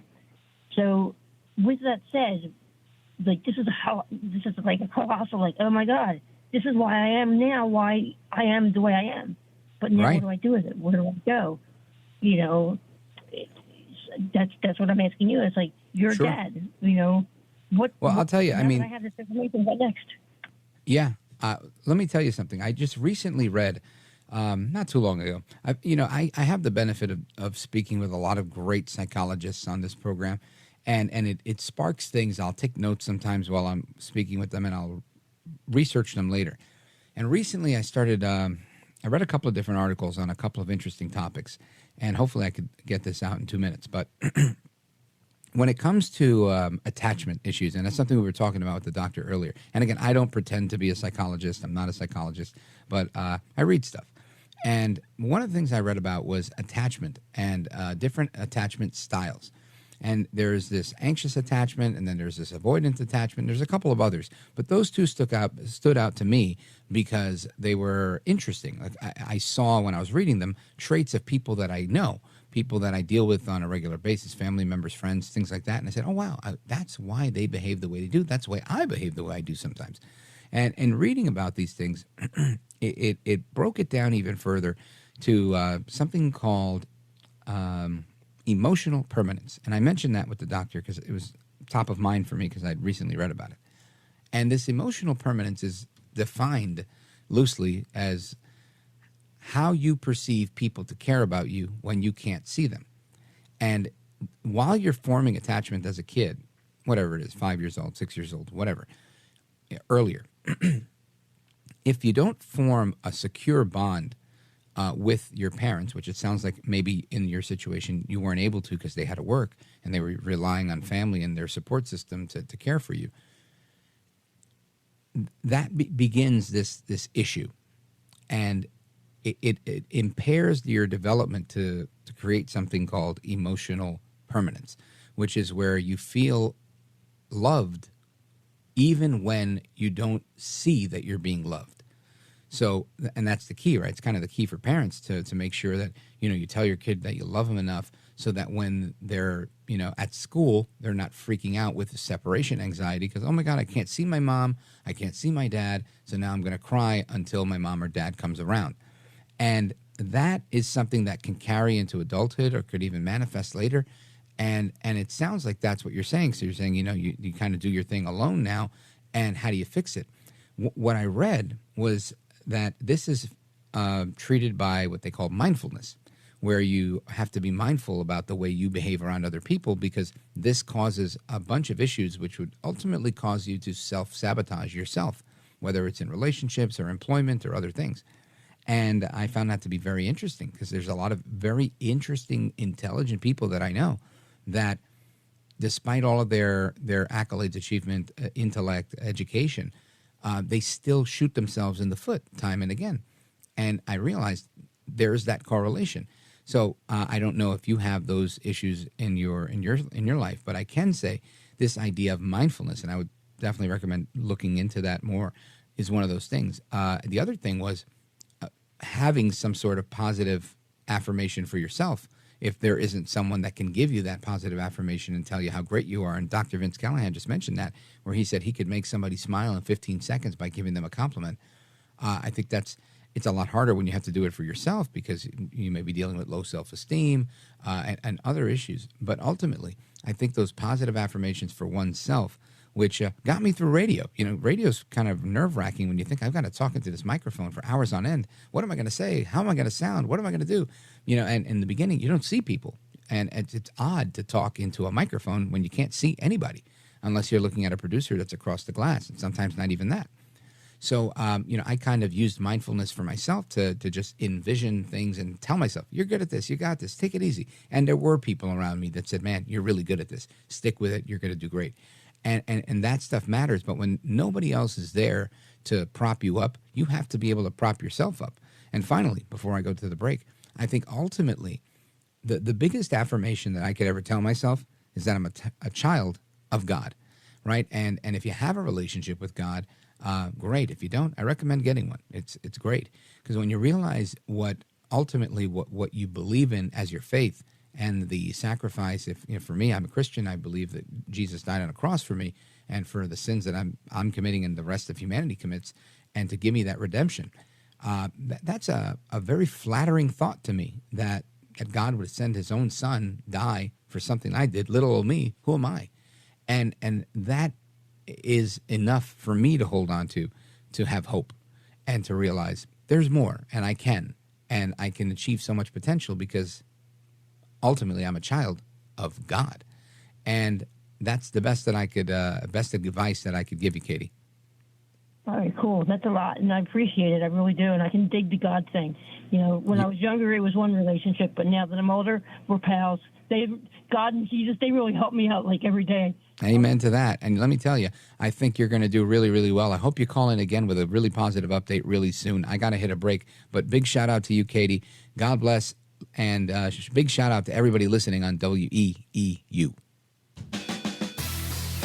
This is America at Night with Rich Valdez. Call now, 833-4-VALDEZ. That's 833-482-5337. 833-4-VALDEZ.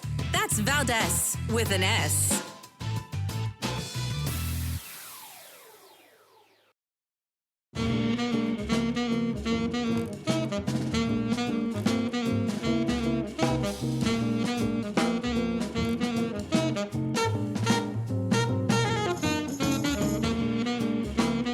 Valdez, who again will do a fine job, and I know you'll enjoy listening to it. This is America at Night with Rich Valdez. All right, America, welcome back. And I want to quickly go to John, St. Cloud, Minnesota, KNSI. John, go right ahead. Thank you. I'm sorry that the doctor is not on, but I grew up in a household where I kind of saw my parents as children in adult bodies. For instance, my father seemed to like to start arguments with my mother, especially at the dinner table, if you understand what I'm saying. Sure. Yeah, I get it. And I Picking mean, a fight. Yes. John, hang on. I want to hear your story, and I want you to be heard, but we have to take a quick pause right here. We're coming right back. Don't hang up. Folks, we're coming right back. Our phone number is 833-482-5337. We're talking about Trump and the border wall, the McCarthy ouster, and what's going on with the family dynamic. More to come straight ahead. Don't move a muscle. I'm Rich Valdez.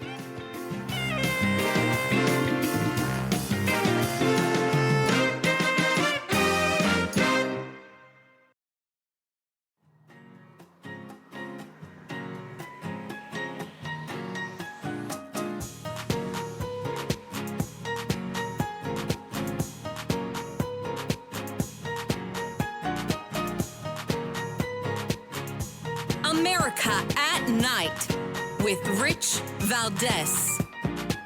Call now, 833-4-VALDEZ. That's 833-482-5337. 833-4-VALDEZ. That's Valdez with an S. All right, America, welcome back. And it's Open Phone America. You get to chime in and discuss everything that's going on in America at night.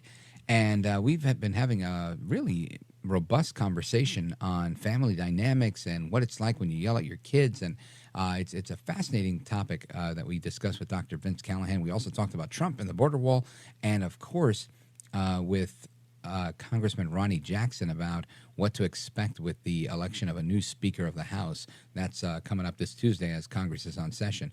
But we left off with one of our callers, John, calling in from St. Cloud, Minnesota, KNSI. And he was describing how he would observe as a child his parents behaving like children themselves in adult bodies because his dad would pick fights with his mom. And we left off there. John, go right ahead. Anyway, they took me to Catholic Charities free counseling because I wasn't doing well in school. Right. I found out that the Catholic Charities counselors kept no notes, so they could always deny that they had treated the person, which gave them protection. meanwhile, they couldn't understand, just this was back in the 50s and 60s, how much this fight, this constant warfare in the home was affecting me.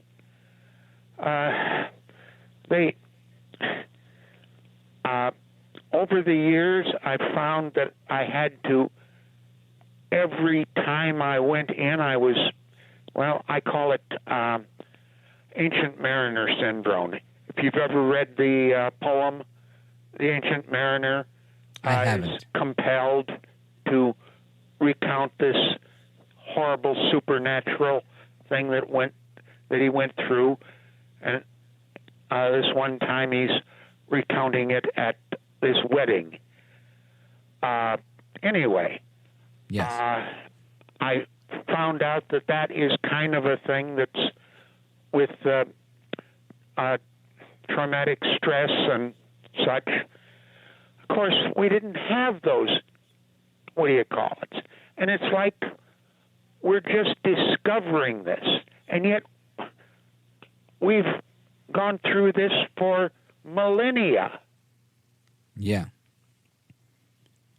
And what was the outcome for you? Did your parents reconcile? Did you find find what you were looking to resolve with the therapy that you pursued?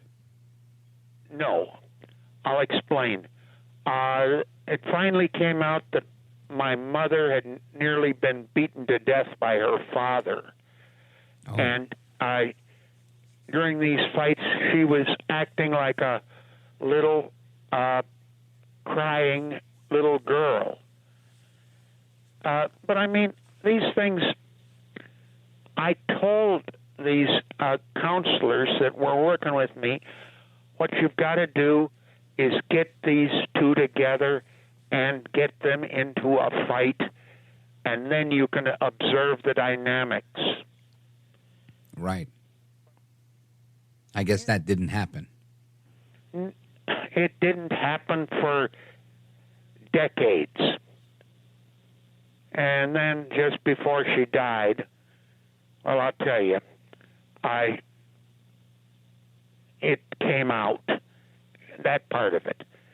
I'll tell you one thing, though. Yeah. I think her death was a suicide. I think she starved herself to death. That's so unfortunate. You know, John, these stories, this is exactly why I invite these psychologists on the show. I know a lot of people want to hear about politics all the time, but I think emotional health, mental health, whatever it is, just your being as a human and being able to relate with others interpersonally, whether it's you yell at your kids or you're fighting with your spouse or whatever it is. I think it's such a critical component. And as I've navigated through life and I've had so many blessings and so many benefits of meeting so many people from so many different walks of life, I realize I do have some access that maybe some others don't have, but it doesn't mean that we all shouldn't know the same stuff. And that's why I'm always eager to bring in somebody who's an expert on things like what we talked about tonight, because I think ultimately that's what matters. You know, politics matters, but if, like your situation, if you've got your parents that are, having arguments in front of you and it doesn't end and it goes on forever, people that are ultimately potentially harming themselves because they don't know how to deal with the stressors of life and whatnot. Everybody deals with stress, and that's kind of why I do this stuff, and it's to hopefully avoid or prevent one less story like yours. So I thank you for sharing that, and I'm sorry you went through what you went through, and I really appreciate your call because it's eye-opening, and it kind of punctuates why we all need to be better in this area of parenting and relating with our family interpersonally. So Godspeed to you, John. I appreciate it. Folks, I'm going to take a quick pause here. We're coming right back to continue your calls on political topics, on family topics, on anything else that you'd like to discuss. 833-482-5337, 833-4-VALDEZ. This is America at Night with Rich Valdez. Call now, 833-4-VALDEZ. That's 833-482-5337. 5337 833 4Valdez. That's Valdez with an S.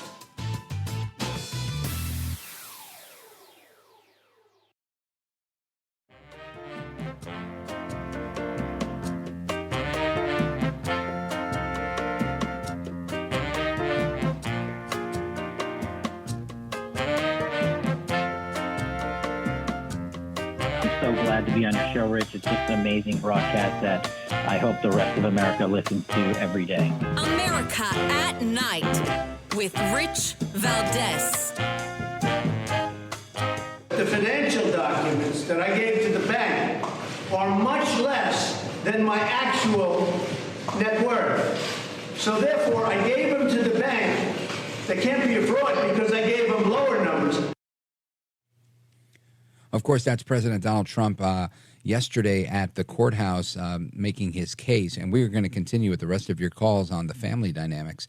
But I just wanted to bring in this Trump stuff because he did weigh in a little bit ago on his take on people calling on him to become speaker, right? He's addressed the fact that he's been called to be the next speaker. And while leaving the courtroom today, he was asked about calls for him to become Speaker of the House, to which he said he would do whatever is best for the country, but made it clear he was focused on running for president. So we'll see how that unwinds, and if that's just Trump giving a slick answer, or if Trump really is going to get nominated as Speaker of the House, and that would just be, I think, just history in the making. And I think he'd do a darn good job of it, although I'm still rooting for Congressman Jim Jordan. Let's continue with your calls. We've got a number of people on hold, and we're going to get to all of you. So just keep it as brief as you can so we can get everybody in.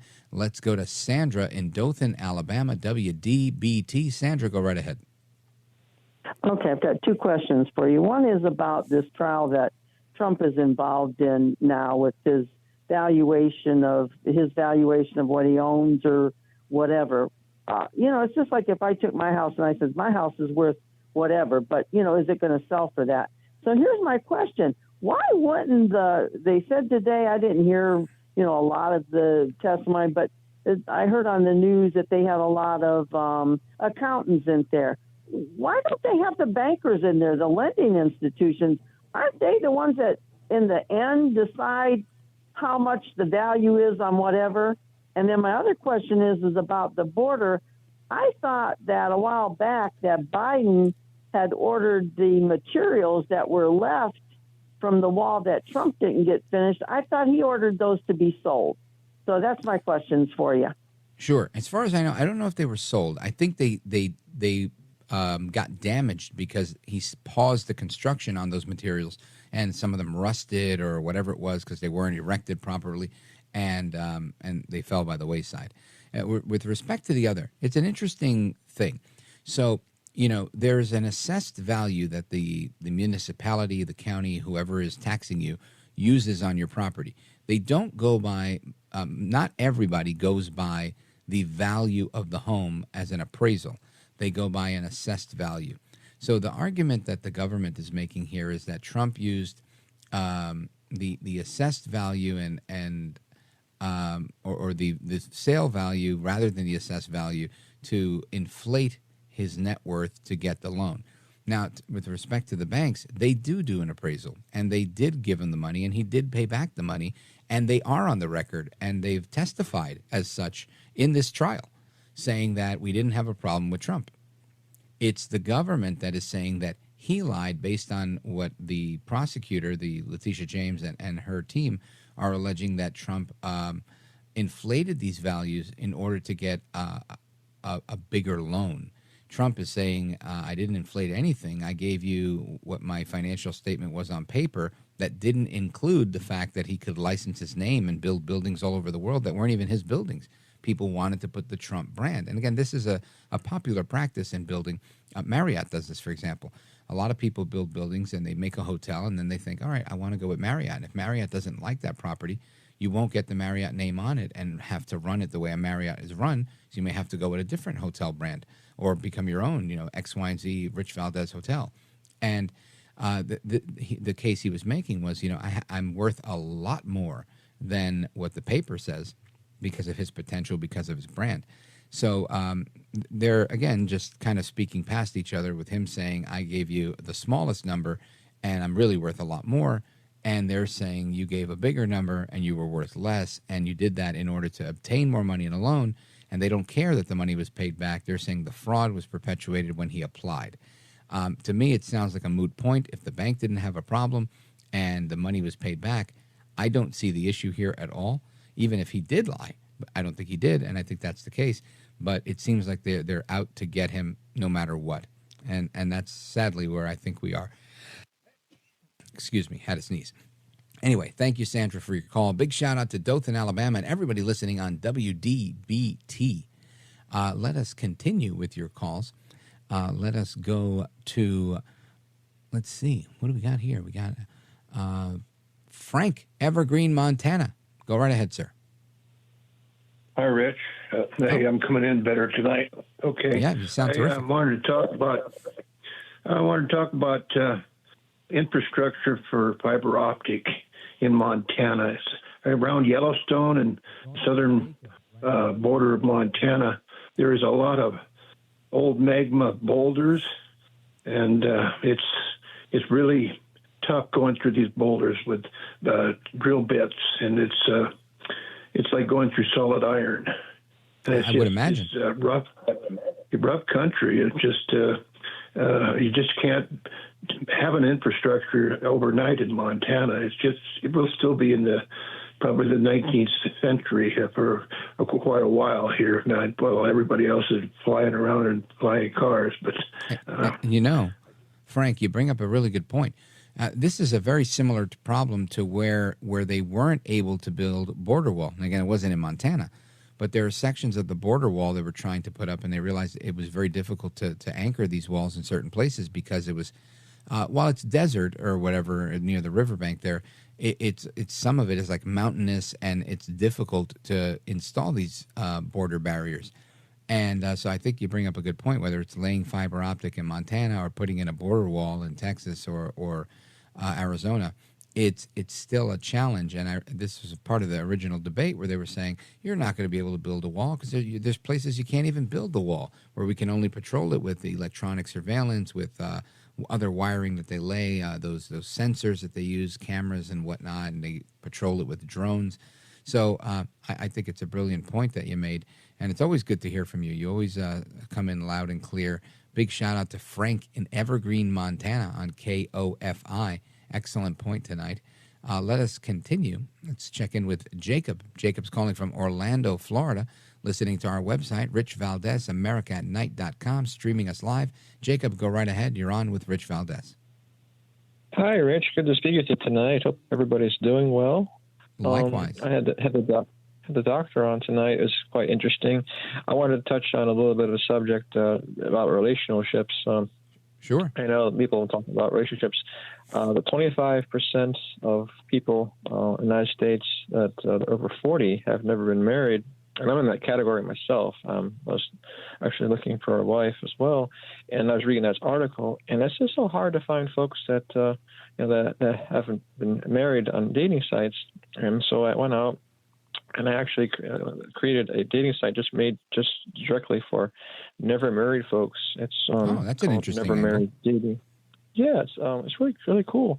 It's called nevermarrieddating.com, and I put the app on the Amazon App Store. It's a free app as well. People like to get on their phone. They can get the app on the App Store on Amazon, and several hundred people have joined it already, and there's a lot of people on it. That's, it's hard to find somebody that's compatible.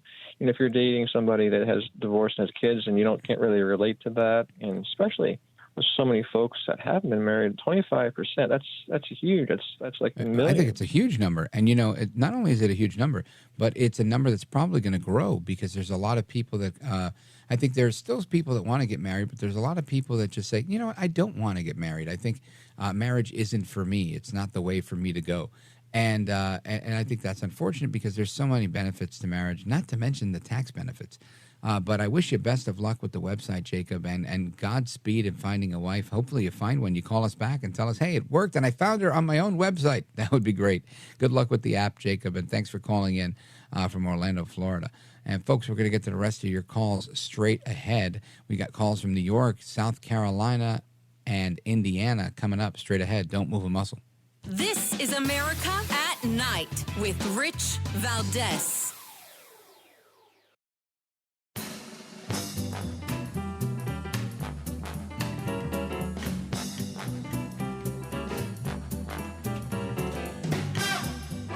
America at Night with Rich Valdez.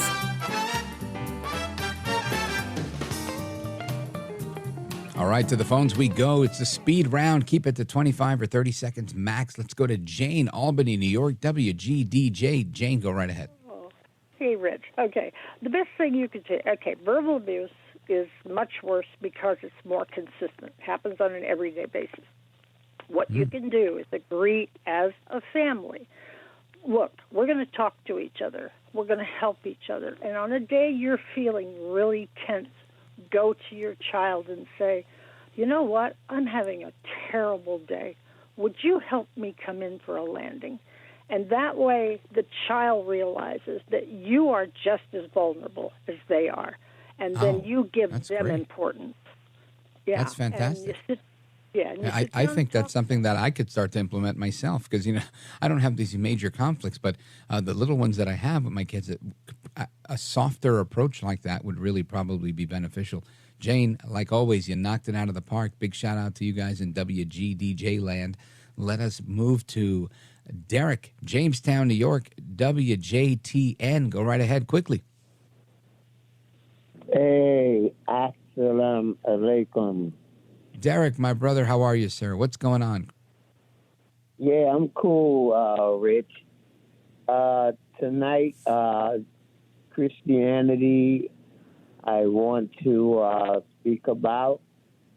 And all right, quickly. We got to keep it quick. It's a speed round. Okay, it's a speed round. That's right. Oh, so now all of the good-hearted people on the earth that we were born innocent children, and we want to serve and know how we're supposed to operate under a supreme law called God, was made fools out of. All the people in Islam, all the people in Judaism, and all the people in Christianity, because we did not know. Christianity has been perpetrated all over the world. What's the bottom line, Derek? Oh, jeez. There's the music. Sorry, Sarah, I couldn't get to you. Derek, sorry, man, you had to be faster. But I think ultimately you were saying that religion's used to control people, and I would say guns are used to control people, and guns are also used to save people's lives. Religion could be used to control someone, and it could be used to set people free. Where there's good, there's bad. Take care, good night, and hasta la próxima. God bless America. I'll be back tomorrow. I'm Rich Valdez.